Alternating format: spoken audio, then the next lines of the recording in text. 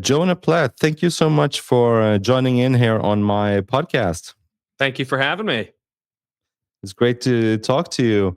And Yeah, from you're across the sea. yeah, all the way. You're in LA, right? Now, That's right? right. Mm-hmm. Yeah. So you're born and raised in LA? Yes, sir. Born and raised. Proud Angelino. Yes.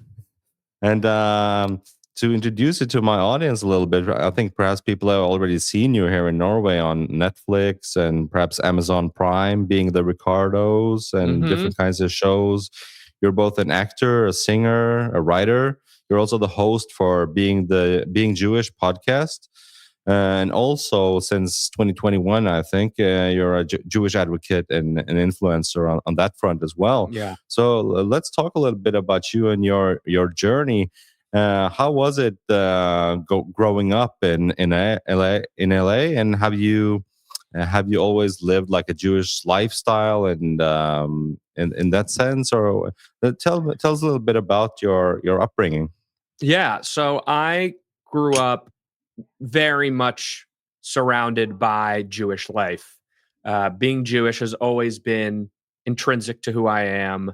My parents, both of their families, being Jewish was super important. So my grandparents, my aunts, my uncles, my cousins, first cousins, second cousins, third cousins, everybody engaged Jewishly with each other. Every holiday spent with different family members, and really I went to Jewish day school, I went to Jewish sleepaway camp. All my early warm memories are around Jewish friends, Jewish family, Jewish events.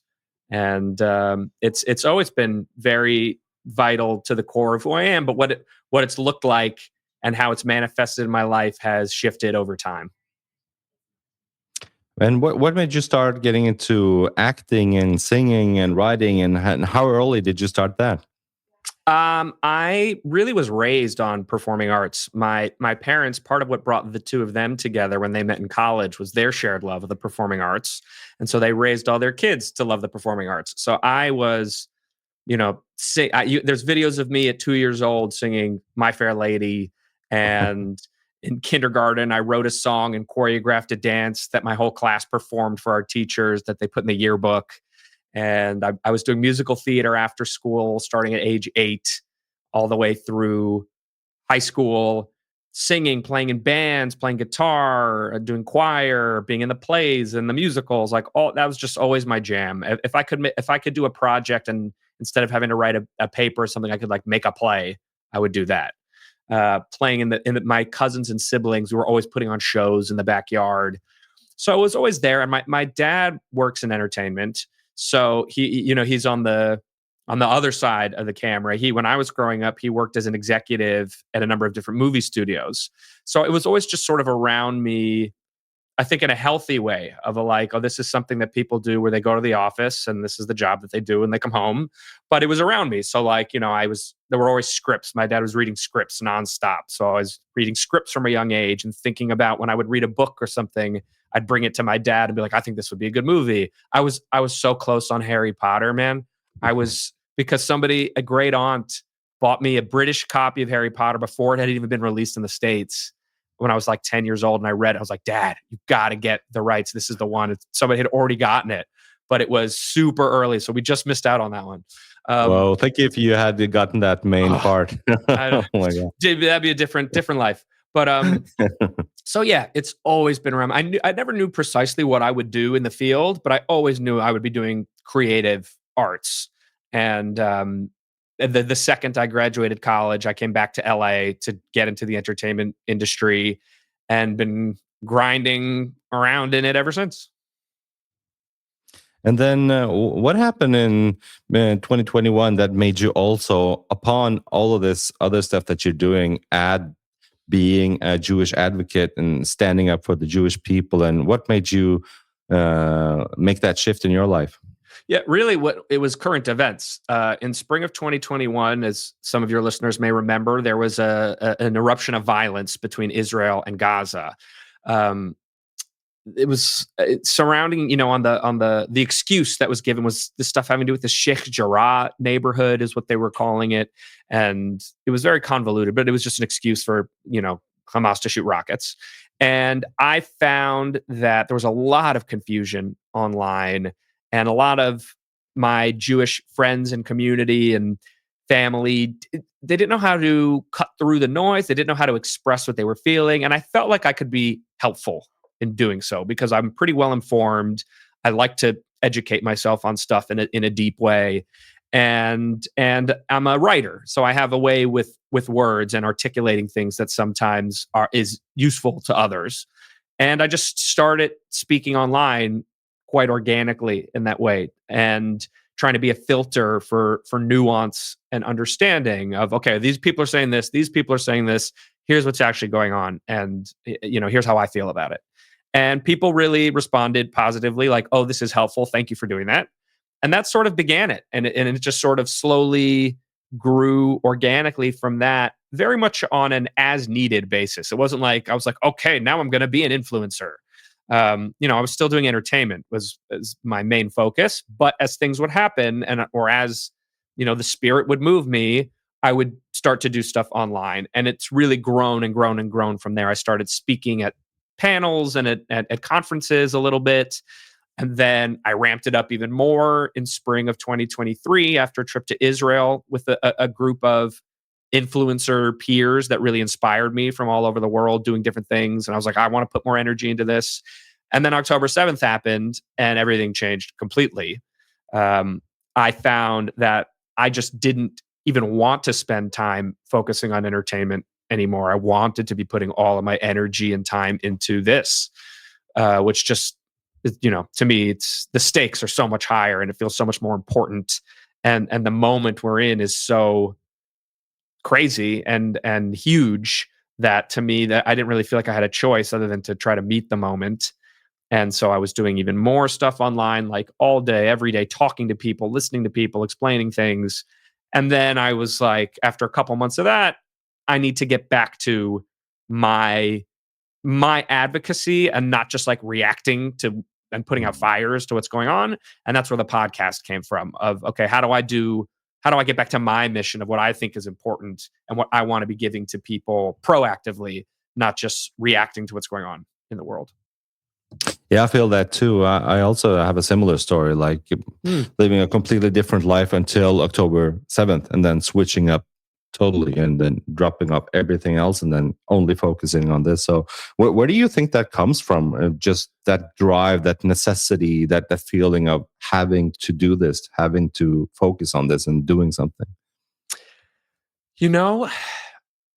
Like I said, it's so natural and organic. To me, I'm more fascinated in the people who don't feel that call. And I'm like, how do you not feel that? Because to me, again, it's like, and we actually just posted like a meme of me saying this in one of my monologues from the show like yesterday.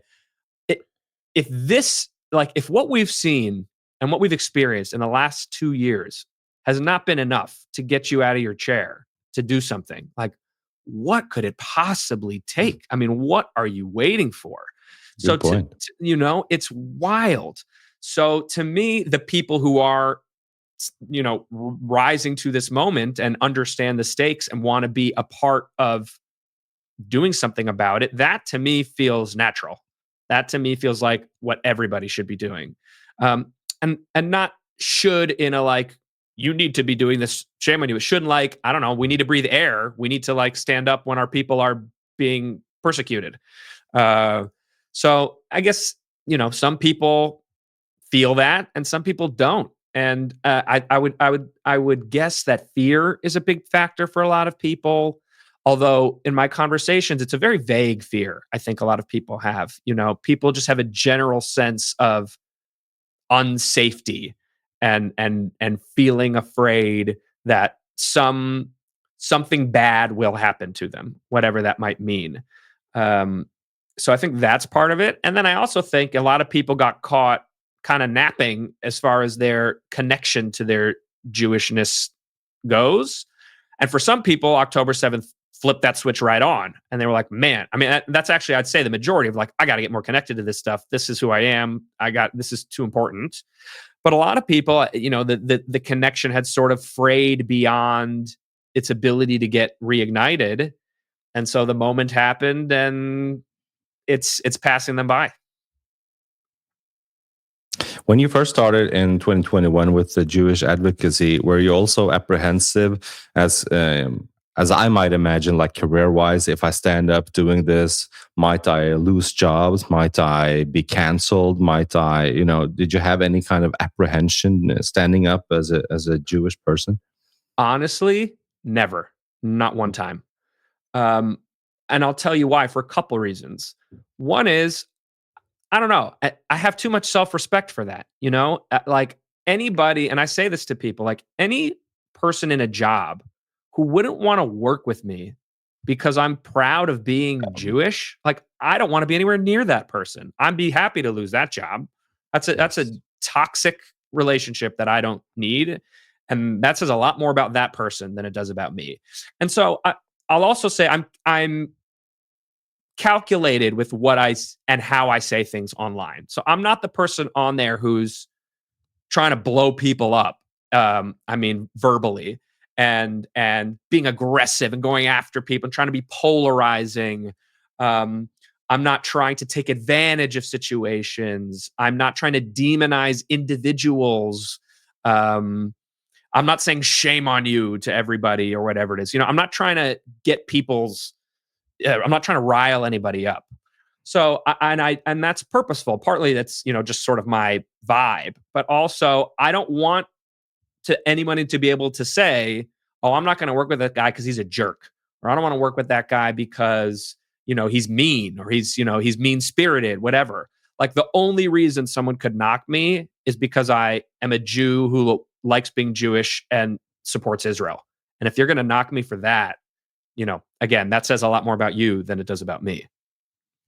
And at the same time, as we see now, the atmosphere in the US and all over the world, but especially in the US, if we focus on campuses and the universities where professors are losing their jobs and being canceled, and we're seeing outright anti-Semitism going on.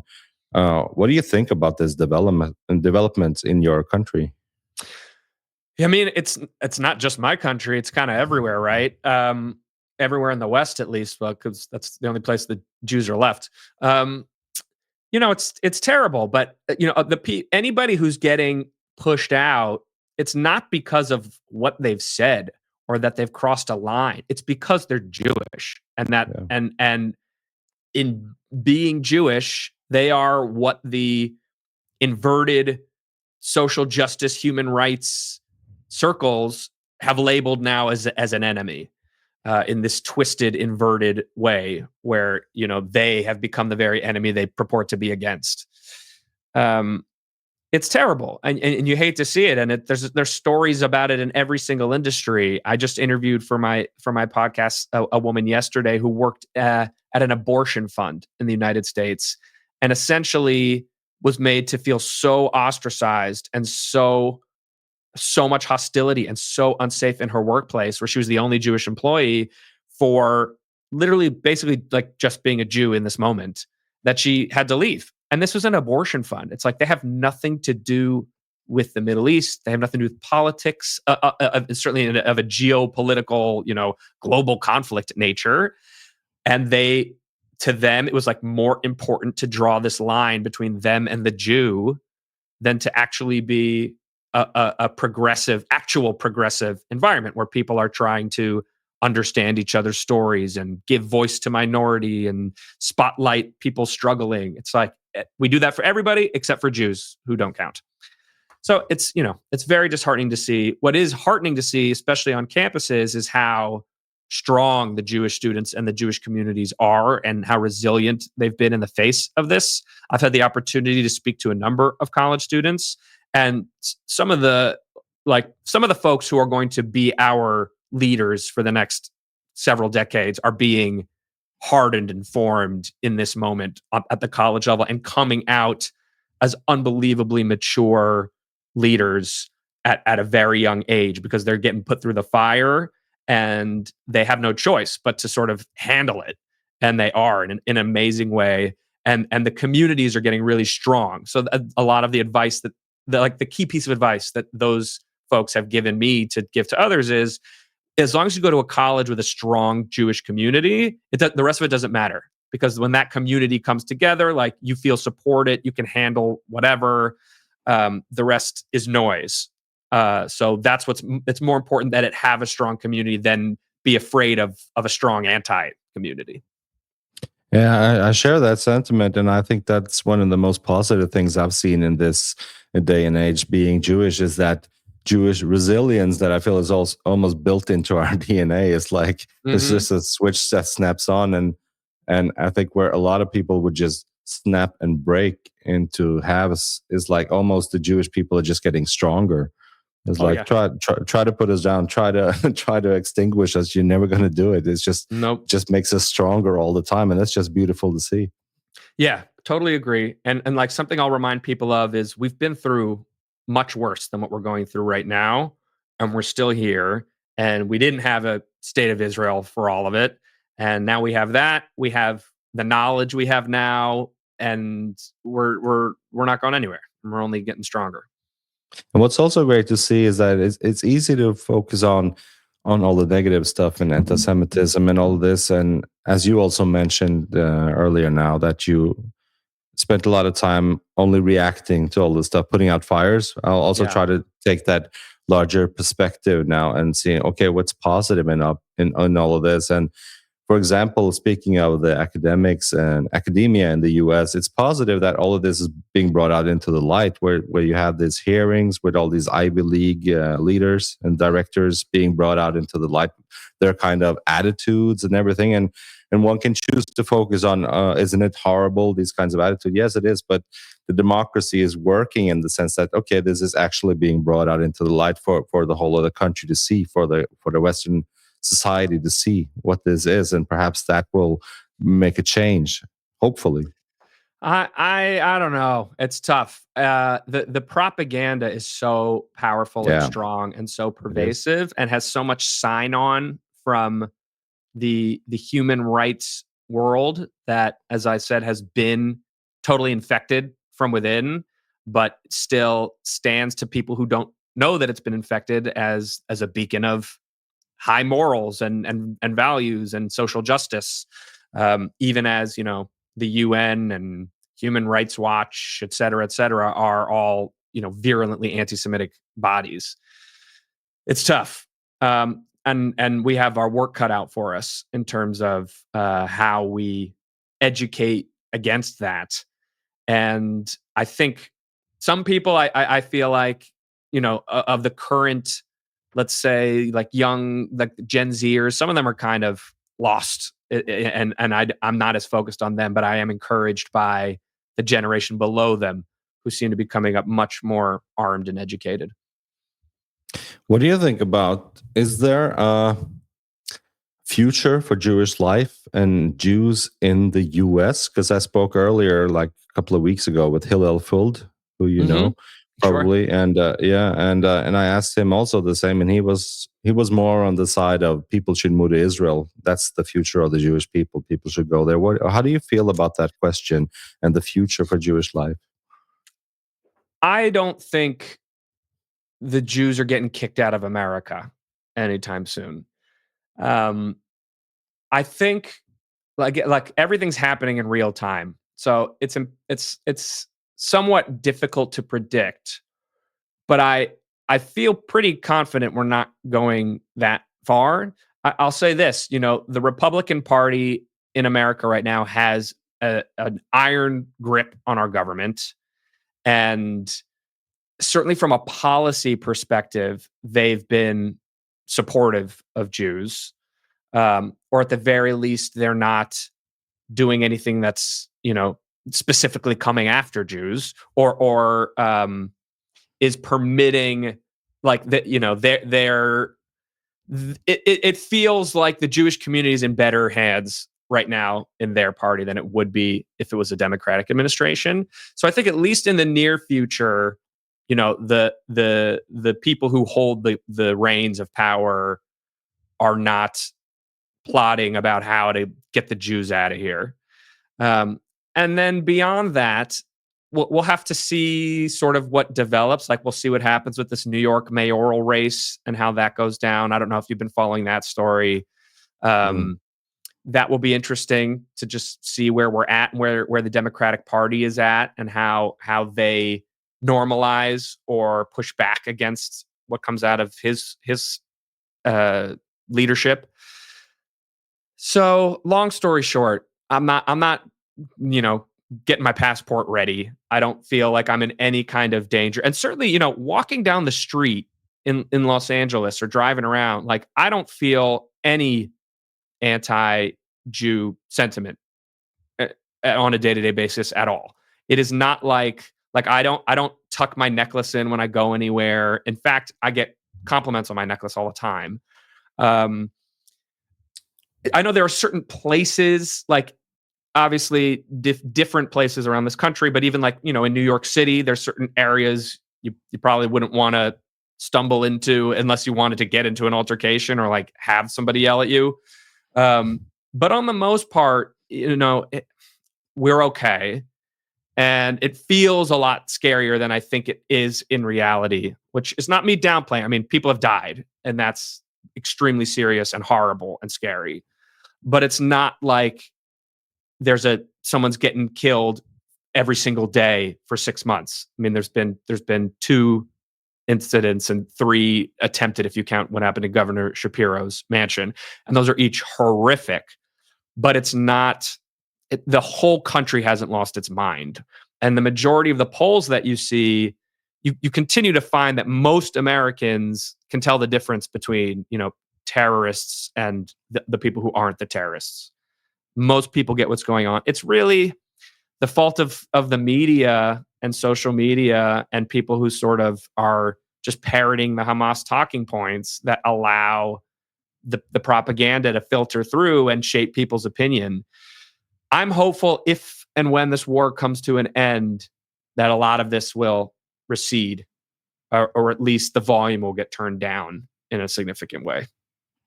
Yeah, I also think that the media has such a huge responsibility. Speaking of terrible events, the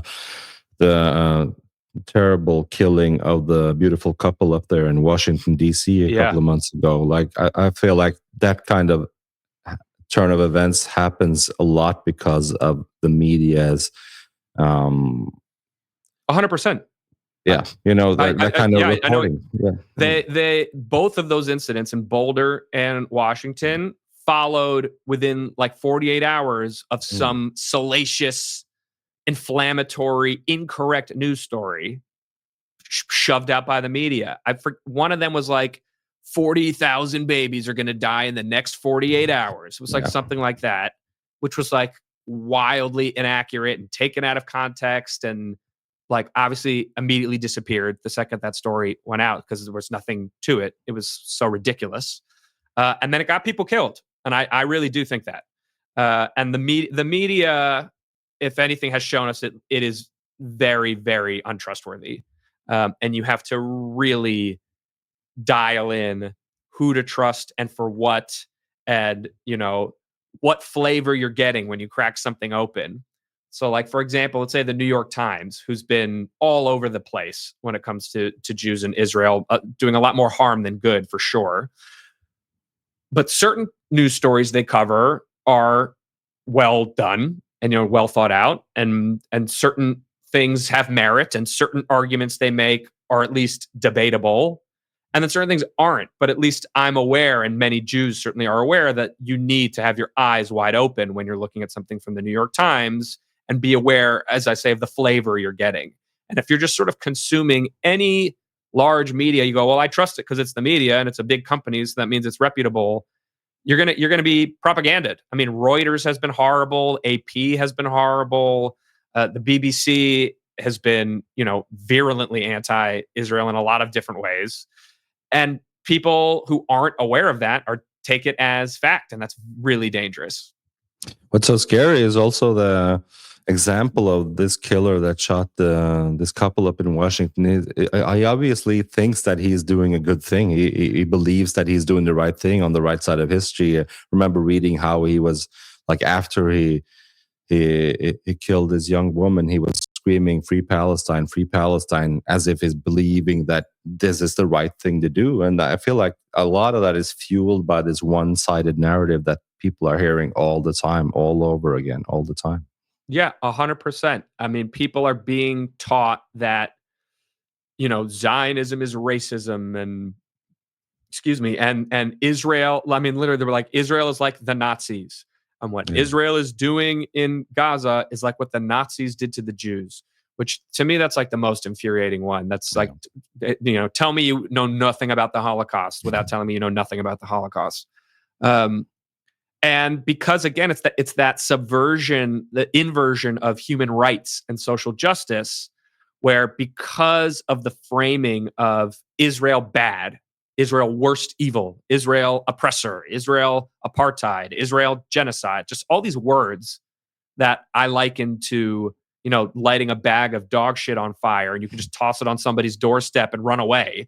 And then they have to stamp this thing out, but you just had to like throw it, and it demonizes them.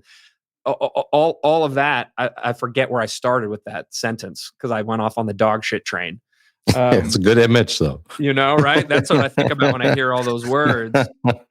But I mean the propagandists and the inversion. Yeah. So they think it's righteous to go after, the same way that we would think, oh, I'm going to go punch a Nazi in the head. Yeah. I'm a hero.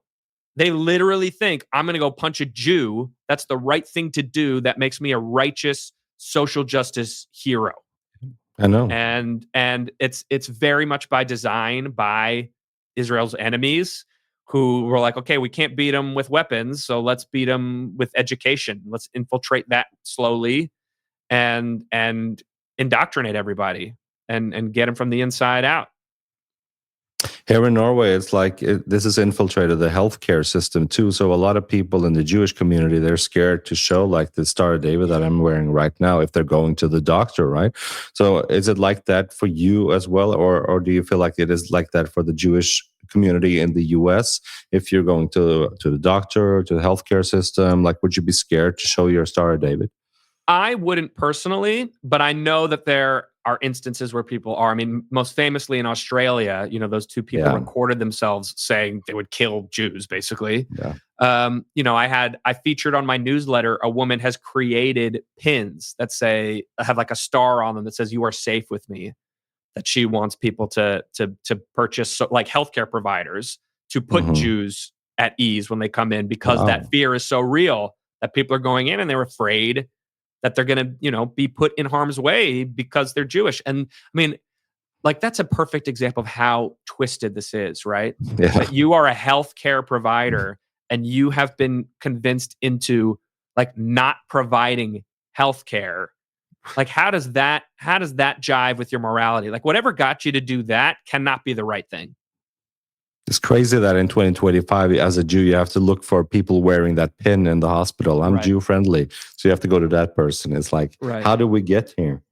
Yeah, it's we got here little by little with education being subverted, and politicians and media falling for it hook, line, and sinker. And that's really the combination of social media, traditional media, and this, twisting of human rights, social justice through the culture and through education has it's working. I mean, it was a good plan and it's working really well for them.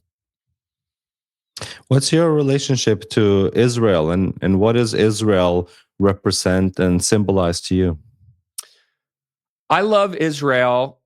It's very similar to the way that I love America, probably deeper with Israel, but the sort of the same thing. I mean, Israel to me is an amazing place. It's certainly, the land of my people. I feel like those are my brothers and sisters, and we're all one family. I feel that. I wish we felt like that more in America. I know there are some Americans who wish that too, but the order of the day has been not about thinking about things that are bigger than yourself. It's all about, me, my individualism, my group, my community, whatever. Israel, but when I say it's like America, it's like, look, Israel is, their government. I have the same issues with as many people have. I don't trust Bibi Netanyahu as far as I can throw him. I think, the names Smotrich and Ben Gvir are going to go down in history as like villainous creatures who are horrible and have been holding Israel hostage. I mean, literally. And that bothers me, but that doesn't mean, again, with like America, I'm not like, okay, I hate America now because the president I don't like what he's doing. So I'm leaving the country. I'm disavowing my connection to ever being an American. And I understand if you want to beat me up because I'm from America. It's like ridiculous. So I feel that way about Israel. It's like, I still love Israel. I love Israel even more because the government is so shitty. And like, I feel for the people more that they have to deal with that crap. I love being there. It feels like a big hug when I'm there. I mean, it's so nice being in the majority for a week. Yeah. And, you get to let your guard down in a way that you don't hear when you're in Israel. I mean, you don't even realize you have your guard up until you get to Israel and you like get to breathe and relax. And you're like, oh, like I can say and do whatever I want. And like everyone around here is thinking what I'm thinking and feeling what I'm feeling. And the way that the Israeli community, even across religious lines, is so unified. I mean, of course, nothing's perfect, and they have their issues, but like the proud Christians and Druze and Arab Muslims and whatnot, like it's so inspiring. And the diversity there, that's one of the craziest ones to me. The painting of Israel as white Europeans, and then you're there for 10 minutes and you're like, not only is it not that, it's literally the most diverse place I've ever been in my life. You're just surrounded by people of all colors from all places all over the world in 2 seconds when you get off the plane. So I love Israel. I'm so grateful for Israel. I mean, I know it's funny because like in the diaspora, it feels like a really shitty, difficult time. And of course, in Israel, it's a traumatic, shitty, difficult time on a whole nother level. But also, like, they kicked Hezbollah's butt, they kicked Hamas's butt, they kicked Iran's butt, they kicked everybody's butt. I mean, all of their surrounding enemies are markedly weaker than they were 2 years ago. And so to me, that's a net, like, major positive. And I hope will pave the road for a very different looking Middle East once the Gaza portion of the conflict winds down, which I have to imagine, even at its longest, is not that long in coming. It can't go on forever. It's gonna end at some point. And even if the reason it's going on is because Netanyahu's trying to prolong his time in office, like there's a clock on that too. So even if he waited to the last possible second to end it, and then there would be elections, there's still elections coming next year, whether he likes them or not. So God willing, another 2 years from now, things are going to look very different. Yeah, I feel like that about Israel too, as you mentioned. Is like I traveled there now in March, and I was walking down the boardwalk in Tel Aviv, and just that's the best. Yeah, it's so good, and it's like I was juxtaposing that with people claiming in Norway and Western countries like, Israel is such a apartheid state. It's like, this is the most anti-apartheid place you could ever travel to in any country. It's like the most multi-ethnic. Is so much religious diversity. Is like in the same neighborhood you can go and see a mosque, you can see a church, you can see a synagogue, you can see everything within the same radius. It's like it's so much. It's like the opposite of what people are claiming. So it's inversion. That's what Israel's enemies and the Jewish enemies do, is they take something that's true about Israel that's good, turn it around completely upside down, and then use it against Israel, even though they're the ones actually doing the thing they're accusing Israel of. That's how that works. So like Israel is the supremacist apartheid state. Meanwhile, there's 57 Muslim countries surrounding it where there's no religious freedom at all. All the Jews have been exiled or kicked out or persecuted or killed. Very, very few, Christians aren't doing so hot in any of these places. They're being attacked. We're seeing right now the Druze are being slaughtered barbarically in Syria. And where do those people have to go is Israel. Israel's the only place that says, come here and we'll protect you. You can be part of our family. And it's just crazy that the one place that actually protects religious minorities, where religious minorities are like, thank you, Israel. I'm so glad you exist. I love being Israeli because you saved my family. That's the place that's getting dinged for, oppressing other groups. It's just wild. Why is that, you think? Why are people doing that? Why are people blaming Israel for everything? Where does that come from? I think it's how anti-Semitism works. I mean, that's always how it's worked. Is this inversion tactic, and then propaganda is a powerful tool. I mean, anytime you find yourself hating an entire group of people, the propaganda has worked on you. I mean, that's the only way that's happened. Is somebody taught you some idea about some people, and you said, "Okay, yeah, I'm going to believe that." That's just not reality in any way. And they're really smart about how they've done it. I mean, I know I had Michal Kotler-Wunsch, who's Israel's special envoy for combating anti-Semitism, on my new summer series of my podcast. She was the first episode, and she's the one who got me really thinking about this idea of human rights as this, like, it's the secular religion of today. It's like that is the thing that everybody bows down to and is like the number one on top of the mountain. And by infecting that and using that lens and flipping that against the Jews, what anti-Semitism does, they take whatever a society hates the most and they make the Jews that. So, in Nazi Germany, the thing of the day was science. And it was, okay, so we're going to say that, like, they're defiling our race. They're this different race. They're ruining German purity. They're these rats. All the reason your money troubles, they're the problems for that. They're the vermin. They're infecting us, blah, blah, blah, blah, blah. None of that's true, obviously. Now, today, it's the human rights, social justice thing. What do we hate? We hate imperialists. We hate oppressors. We hate the powerful. We hate the wealthy. We hate white people. So let's make Jews all of those things, even if, that's not the reality. We're going to tell people it is. And here's the bullshit sort of house of cards reasons why. And then all it takes is you poke the house of cards, it collapses.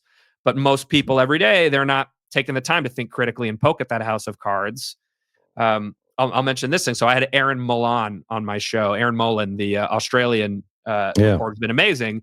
And she put this really well. She's like, what like hurts her is, like, I'm thinking of the random Australian mom who's got to get dinner on the table. She's got to pick her kids up from school. She's really busy. She's driving to pick the kids up, flips on the radio. She gets to listen to the radio for 5 minutes. And in that 5 minutes, they say Israel's committing a genocide against these poor children. And that's her opinion. That's the narrative that's now in her head. That's it. She doesn't have time to think critically about it. She's not a scholar. She's not invested. She just takes that as the fact. And so we have so many people walking around taking these things at face value, and it's really smart propaganda, and it works really well. I was just thinking, like, what if the media had been honest and report what's actually happening? What kind of different atmosphere we could have had in the Western world, in the US, in Europe, and everywhere. There's so much of this, like, so much could have been changed, I feel. And also, there's a lot of couldas like that. It's like, what if on October 7th, university presidents had come out immediately and said, that is horrible, and we're not going to tolerate any sort of anything as a result of this. We're, on our campuses, there's not going to be any Jewish hate. Michal brought this up too. She's like, we know from the way things were trending and how, like, the rhetoric on campuses, that, like, if the presidents didn't do that, there was going to be an explosion of anti-Semitism. If they didn't come out right away and say, we're not tolerating this on our campuses. And a bunch of them didn't do it. Instead, they said that there's context needed for, is it okay to say genocide the Jews? We have to think about it. And that just left the door open for all the chaos, because they didn't shut the door. If the media had just called balls and strikes from day one, or at the very least had been like, hey, maybe we should try to verify any of this before we put out whatever Hamas tells us is true, instead of just rushing to get stuff out. But they don't care. They care about clicks. And what's also interesting is that one thing is that there's an increase in anti-Semitism, but what's also interesting at the same time is the increase in acceptance of anti-Semitism. Is like, that's the bigger problem, the normalization. That's it. That's everything. That's why somebody like Mamdani is so dangerous. I don't think he's going to start rounding up Jews and shipping them to concentration camps, but I think he's going to make it a lot more comfortable for the people who want to harass Jews, and that's going to make it a lot more uncomfortable for Jews, because it normalizes things. When you have people chanting "Death to the IDF" at a music concert, that's problematic. But what's more problematic is that it's at this big music concert that the BBC is broadcasting, and that tells people, oh, this is out there in the zeitgeist, and it normalizes it, and it just it removes the shock value of it, and it becomes something that doesn't move your needle. And then you have like these top tier artists like Kanye releasing a song literally called Heil Hitler, which is like I don't even know what to say about that. Yeah, I mean, and we shouldn't say much because that guy doesn't deserve any airtime. Honestly, it's like I'm at the point now where I feel like it's better just to because he thrives on the attention, and I just don't want to give him any. But yeah, in terms of speaking about normalization, it doesn't normalize. That one is so extreme. Like people like you and me, like smart, people who are engaged with the world, they all still know that was wrong. But a lot of his like random young followers don't, and they believe what he says. He is one of the cultural icons of the generation. So when he says stuff, if you don't have the education to back it up, if you don't know better, if you're not, an engaged citizen of the world, it gets through. And that's your hero saying that stuff. And he's saying that he's been cheated and beaten down by the Jews, and you believe it. And also what's interesting is that double standard is like one standard when it comes to racism. And, speaking of the stuff that happened at these Ivy League schools, where they were like, if they had been asked about what if people were calling the N-word to people with darker skin colors, that would have been like, people would have been fired and all these kinds of stuff. But then when they were asked, these directors, what do you think about people chanting for genocide towards the Jews? And it was like, the answer was like, it depends on the context almost. Right. It's like, exactly. There's a different standard. Yes. Jews don't count. I mean, that's the phrase. I had the author of the book, Jews Don't Count, David Baddiel, on my show recently, and he sort of was the first to sort of deconstruct this phenomenon, I think, in literature, of this double standard where what we were talking about earlier in terms of the abortion fund and the Human Rights Watch. It's like and the medicine. It's like the very people who are supposed to be the ones protecting everybody and spotlighting the minorities and restorative justice and blah blah blah are the ones not affording those things very specifically only to Jews, because Jews, for whatever reason, in our minds don't count. And I think a big reason the Jews don't count is because people don't understand or know what Jews are or who Jews are.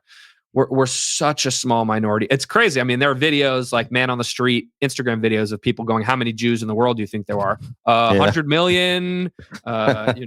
People have no idea. People have no idea how small it is. And people, like most people on earth, will never meet a Jew as long as they live. And so that their only touch points with who and what Jews are is what they see on the news and what they see on the few TV shows and movies that feature Jews. And the most popular ones, it's mostly like Seinfeld kind of Jews who are like, bagels and lox Jews. And so they know that. They know like Orthodox people wearing silly hats and payas and counting money. And they know Israel bombing children. Like that's it. That's all they know about Jews. And they've been told Jews are rich, Jews are white, Jews are oppressors. They don't even know that, there are Asian Jews and African Jews and South American Jews and et cetera, et cetera. They just literally don't know. And so it makes it easier to not include Jews in that minority category, because in your mind, they're not a minority. They're part of the white majority. And also because they're a religion to a lot of people and not a people for whom religion is one shared common facet. That's where we run into a lot of problem. I don't know what it's like where you are, if you even have these things, but in the States, we have these things called ERGs, employee resource groups, where, the black workers at Amazon have like a black folks ERG, and there's a Latino folks ERG, and there's a this and a that. They don't allow religious groups, most of these places, but they will allow like ethnic groups. But a lot of them won't allow Jews to form ERGs because they say, well, religions can't have a group, which, is totally misunderstanding who Jews are. So much ignorance. What do you feel like? Where do you land on the balance between the individual's moral responsibility to seek knowledge versus being misinformed by a skewed media all the time, giving you a shaped and distorted narrative? How much do you feel like people in themselves, like individuals, are responsible for seeking knowledge before they make up their minds about a whole group of people like the Jews? Well, Henrik, I'm sure you know what my answer is, which is that like we would hope that every individual would take responsibility for their own education. And I know, look, nobody's perfect. Even at least I'm like more aware of it now, but I'll catch myself believing something without having done really a deep dig. And then I'll bump up against something and I'll be like, I didn't even do a deep dig on that. And I formed an opinion right away. There's all these cognitive biases and reasons why we do those things. They're like pitfalls of the human brain. So it takes a real level of care and proactivity to safeguard your brain that's looking for confirmation of things it already believes, that's looking for shortcuts, that's treating things it hears repetitively as fact just because it heard it more than one time. Like all these things that our brains do. We have to really fight against them. But I think we have to do that. You have to do that if you want to be a critically thinking, if you want to be your own person on this planet, which I think deep down most people do want. They're just not thinking about this because it hasn't affected them personally in some way to go about this. And that's part of the thing that's so annoying is the people with the least amount of skin in the game and who are least affected by this conflict. And this is a general thing for kind of all world conflicts. It's always the people who are the least involved, who are the least affected, who have the most rigid and outrageous opinions about it because there's no cost for them at all. So they can afford to be uncritically thinking. It doesn't matter. What they think and say has no bearing on their own lives. It only affects other people and they never feel it. So they can do whatever they want. And meanwhile, the only way conflicts ever really get solved are when the parties who are actually involved talk to each other. Which is funny because what you would think from listening to the West is that Palestinians and Israelis should never even be in the same room together because we should be shunning Israelis entirely. Like any conflict ever got solved that way. And also a kind of a deep question this here, but what does being Jewish mean to you in your life? What does that mean to you to be Jewish? Yeah, it's changed for me, and I think it's different for everybody. Wherever you are in your life, we're all on a Jewish journey. I answered this question recently. Again, these organic mentions of my podcast keep coming up, but I spoke about this on one of my last episodes of the pod because I get asked that question a lot. Obviously, my show's called Being Jewish, so when I do a speaking engagement, people be like, "What does being Jewish mean to you?" And what I had said for a lot of those interviews was family. Like to me, that's like the tree trunk of my Jewish identity. But it's changed a little bit, and it's actually connects into what we were just talking about, which is to me. A lot of being Jewish is responsibility. I feel like that's a Jewish value, and it is. And I broke it down on the podcast. I gave just a few of what I'm sure are thousands of textual examples. Like we are instructed in so many different places and ways to be responsible for ourselves, for strangers, for our family, for the people we care about, the people we don't care about, for the world, for the Jewish community. Like we are meant to be eyes open, responsible. And I love that. And I wear that with pride. I want to be one of the people who is taking responsibility on this earth. I don't want to be coasting and letting, the earth turn without me having any kind of say in it and just being like pushed along the river and, until the day I die. I want to leave this world and every relationship I'm in and every community I'm in and every project I'm in. I want to leave those things better than I found them. And the only way to do that is to take responsibility to ensure that that's what happens. And to me, that's a very Jewish value, and something I really love about being Jewish, aside from the other great things like family and the community and the rich culture and history and tradition, all of that stuff. It's all wrapped up in it. And I've never been sort of more in love with being Jewish than I am today. What do you feel like is some of the most beautiful things about Jewish culture that you find in your life? What do you value the most there?